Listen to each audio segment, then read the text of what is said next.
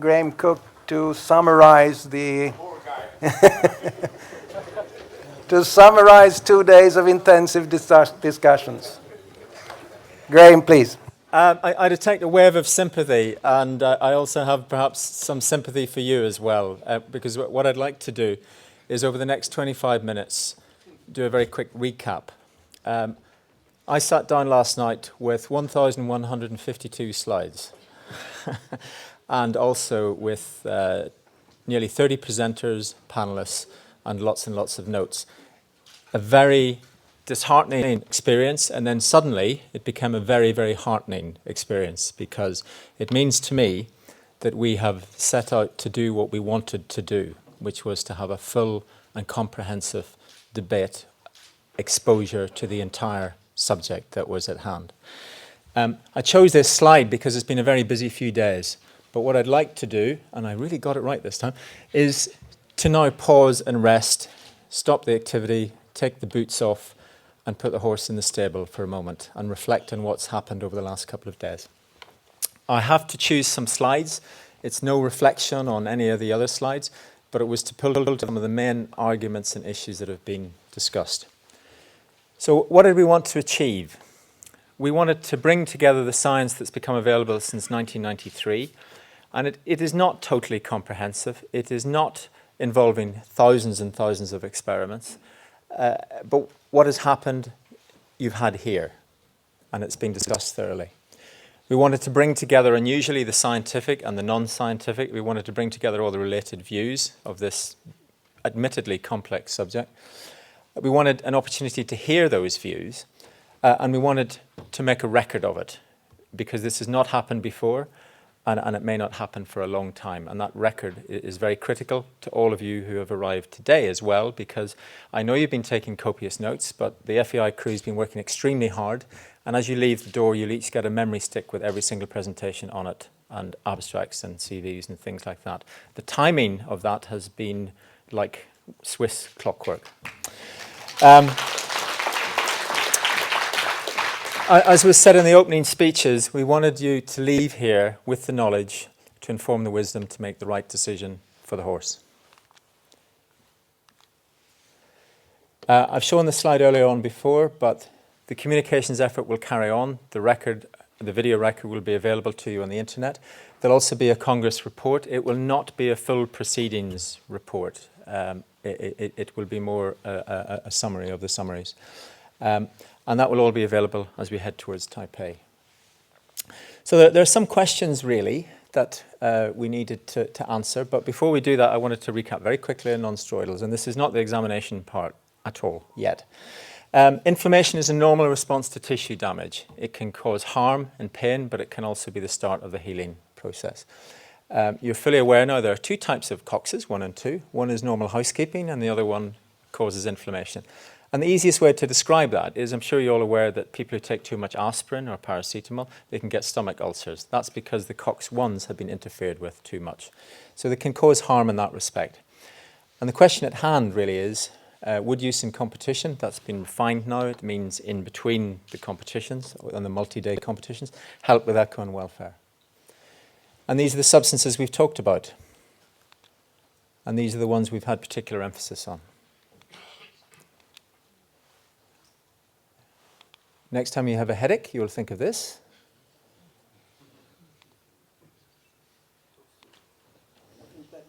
This is where the cyclooxygenases come from. This is where the steroids act and the non-steroidals act in cyclooxygenases. We have the 2, 1, and 2. And that produces the headache that's just building right now, I think. This is an easier way of looking at it. And this is the way you all can look at it now.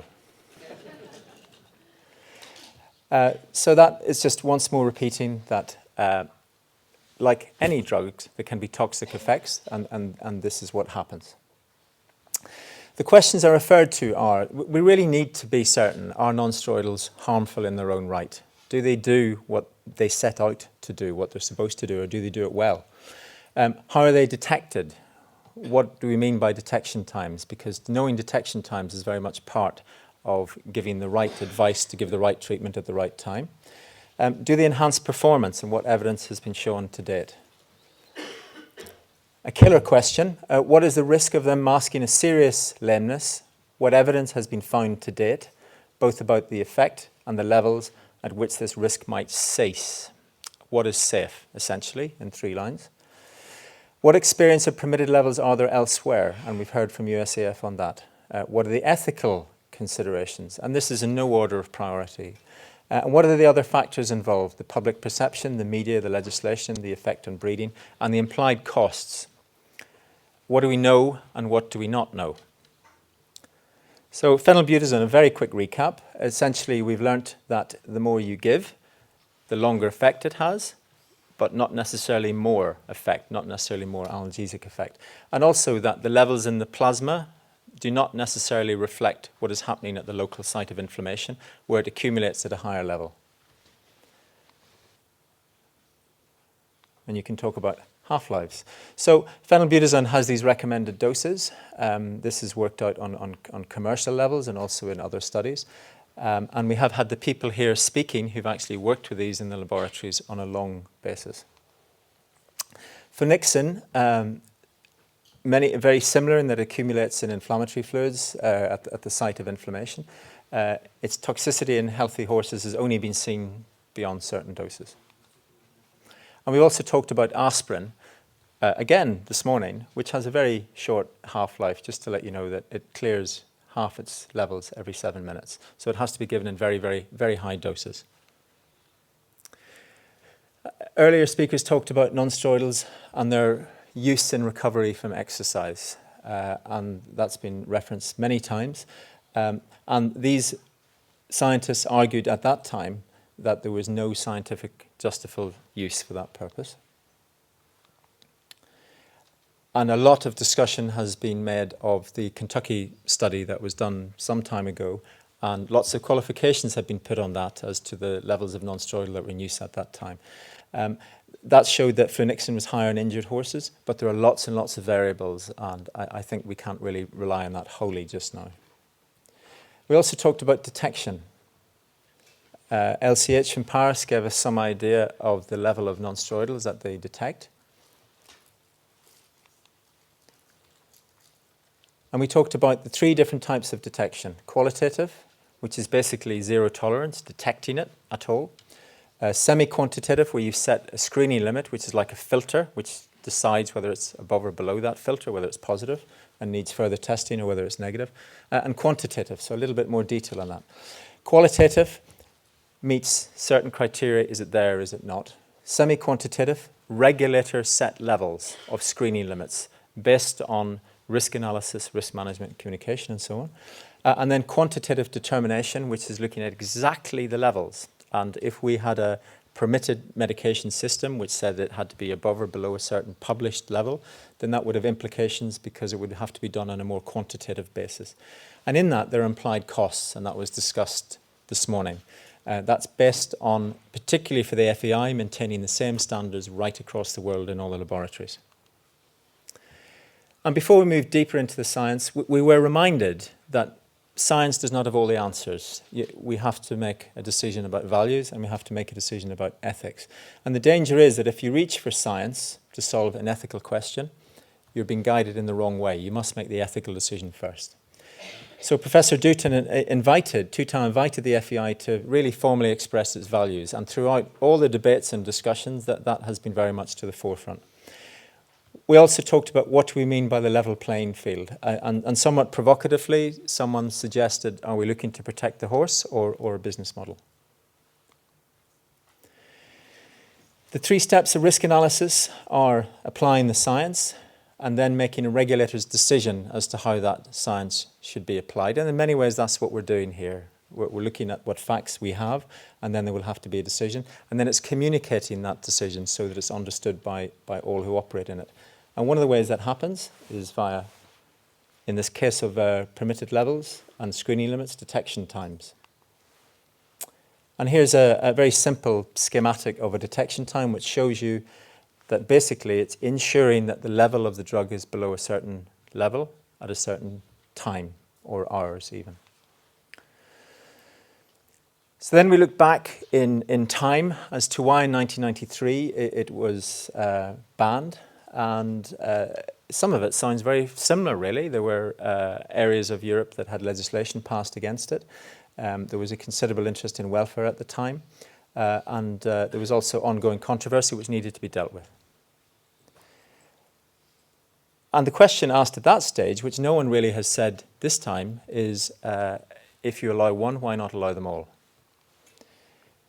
And again, it was Alex Aytock who said, there'll always be a winner with or without non-steroidals.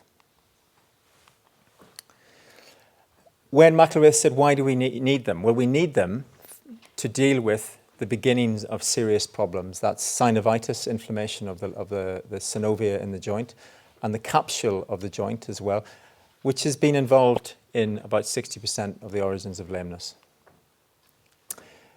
We tried to ask the question, do non-steroidals harm cartilage? And there's very contradictory data there. And what data is available says that phenylbutazone could have a degradative effect in long-term usage or at the wrong levels.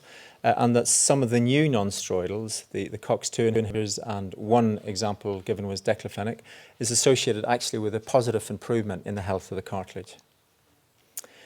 There was discussion about whether they could cause harm in disciplines such as endurance, and the conclusion there is there's no evidence at the moment. There's no data, but it was talked about a lot that maybe we would need more data. And then Professor Hinchcliffe looked at performance, which is one of the two big questions we'd like answered: performance effects and welfare effects. And he revealed that there's been no gold standard studies to date, and that really it's all about field studies, but there's only been one of relevance to date, and that was in racing. There have been lots of treadmill studies, but they don't always provide us with the answers we'd like, because they're looking at a distinct set of parameters, which do not necessarily reflect what happens to the horse as it goes about its competitive career. There was a conclusion that, of course, if a horse was lame or suffering major inflammation, then yes, non-steroidals could affect that and could provide extra performance capability.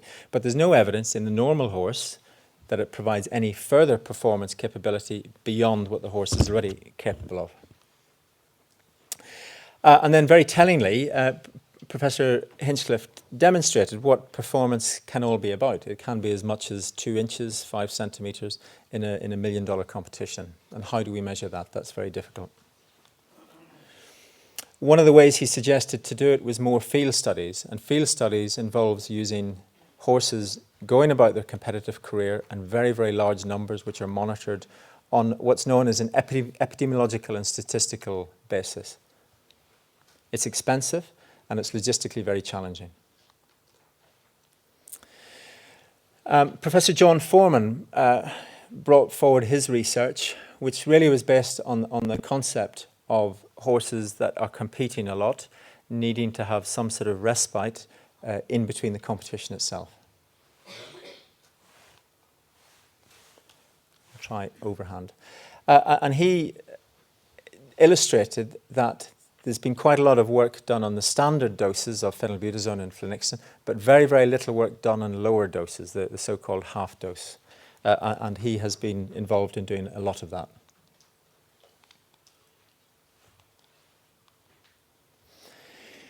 So here is, I'll go back one slide.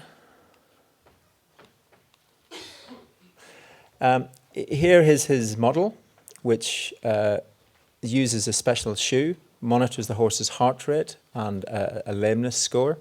And essentially, he is showing here phenylbutazone at normal dose or a half dose. This is the normal dose. Shows you how there's an improvement. And then it stays very low, so the heart rate stays low. And the half dose, after a period of time, very quickly, by about 6-7 hours, it goes back up to showing a degree of pain in his model. And again, this is it in the lameness.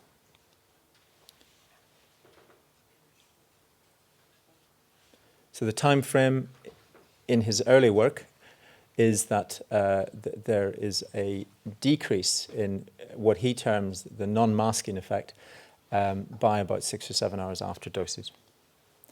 So the conclusions of his study were that half doses of phenylbutazone and flunixin are clinically effective for brief periods of time. They're not effective for 6 hours or more prior to the end of a 12-hour window after they've been given. And the clinical effects stop well within the proposed 12-hour window that's previously been discussed. So Foreman's conclusions are that there are no lingering effects of the half dose of phenylbutazone. He referred to the FEI Code of Conduct that said that welfare of the horse must be paramount. And he said that it must therefore be logical to allow half doses to be used after one competition to promote improved recovery before the horse must compete again the following day or week. Professor Barrety from Dublin then illustrated to us how horses respond in different ways because of various individual variations. Age, breed, pregnancy, genetic factors, and it's very hard to get everything exactly right in one horse and repeat it again in another horse. And then we had a member of the WADA list group who told us about how non-steroidals are beginning to be of concern in human sport because of their frequent usage. And a figure he gave was that at the end of one tournament where they did a survey, 90% of the female competitors were taking non-steroidals.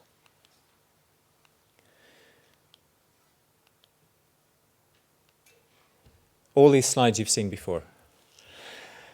And this is really an area that was then brought forward into our own world, and there were concerns that if it was permitted, then everyone would start using it. America and USEF countered by saying that their experience is that only 15% of competitors, and Canada up to 12% of competitors, do use that option. And then Peter Kalings came forward with his field study, which showed that in horses which are moving, another one was a high-speed treadmill study, where their movement is recorded by high-speed cameras, giving an indication of how non-steroidals actually improved the movement of the horse. He came to the conclusion that non-steroidals, he said, have an effect that lasts longer than the plasma concentration actually indicates in the moving horse, and using his model. And he came to the firm conclusion, argued by himself and by others, that they believe, based on this work, that there can be a threat to welfare by continuing to mask lameness. So we heard a lot about the ethical debate and the importance of taking such a decision from an ethical point of view. And again, this was judged against our own code of conduct, that we should never be subordinated to competitive or commercial influences. And the ethical challenge continues. Is it morally right for a fit horse to be beaten by one which is, not my words, the words that we used in the presentation, propped up by pharmacology? Is it right for a horse to be given non-steroidals in order to continue to compete? Not my words. And do we know enough about public perception? Is there enough social science? Undoubtedly, the FEI does have a global role, and the point was made by many people that whatever we decide will certainly have implications on riders outside the FEI in all spheres. Wayne McElrath said, in many ways, it doesn't actually matter what we think, it matters what the final public perception is. Rolio's conclusion was, what can the science tell us now? What are the implications for the FEI disciplines themselves? Is there a lot of variation? Why do national governments ban it, and how can that be dealt with? Are we doing too many events, and will the public accept the move? Lisa provided a very comprehensive examination of the legal position and came to the very, very firm conclusion that's very certainly in 2 countries and pretty well certainly in 9 countries within Europe they would not be permitted. Then European Racing argued its point on its policy on non-steroidals, that medication should be an aid to recovery and not a tool to enable a horse that should be resting and recuperating prior to racing or training.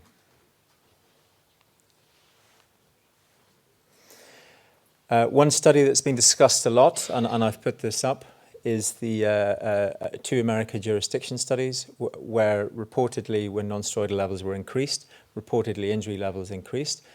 And in another jurisdiction where it increased, along with the use of non-steroidals, it started to fall again when the non-steroidal level was limited. But again, there'd be lots of variables in that. A clear trend was outlined, certainly by racing, that large parts of the world are currently medication-free competition, and that there has been a shift amongst other parts in the world. And if the FEI were to do this, it may be perceived as a retrograde step by many. US racing argued that equestrian sport is very different from racing, different age groups, different types of horses, different types of injuries. They have 20 years of data and hundreds of thousands of samples. And they quoted the figure that they have 0.1 deaths per 1,000 starts versus 2 per 1,000 in racing. Once again, they said that they have between 12 and 15% of regular use of non-steroidals in competition, and their violation rate is 0.4%. Dominic Berger gave a very comprehensive view of the ethics and breeding, and he talked about how the concept of welfare has changed over history, about how we have European treaties and we have a society which is more involved in that. He discussed the concept of the intrinsic value of an animal versus its instrumental value. And he again said, do we really know what people think about the sport from outside? And in breeding, he said that stamina is a characteristic that's inherited, and would we be prepared to tolerate the possible interference of pharmaceuticals in that selection for breeding? Italy gave a view that perhaps if non-steroidals were to be allowed at a low level, perhaps that would confuse people who were purchasing horses as to whether a horse was clean, under what terms was it clean, and whether would there be two standards operating at that point, which could cause further confusion. So we're coming to the end. I'll just repeat the final list of consultation that's underway prior to Taiwan. There will be a Congress report, and we are going to put the video up, I hope, certainly within the next 3 weeks, maybe before that. Once again, please register the website. It's traditional to finish with a thank you for listening to me. I'm going to finish with a please contact the website and have your comments, because that is a very valuable thing to do for us. Thank you very much.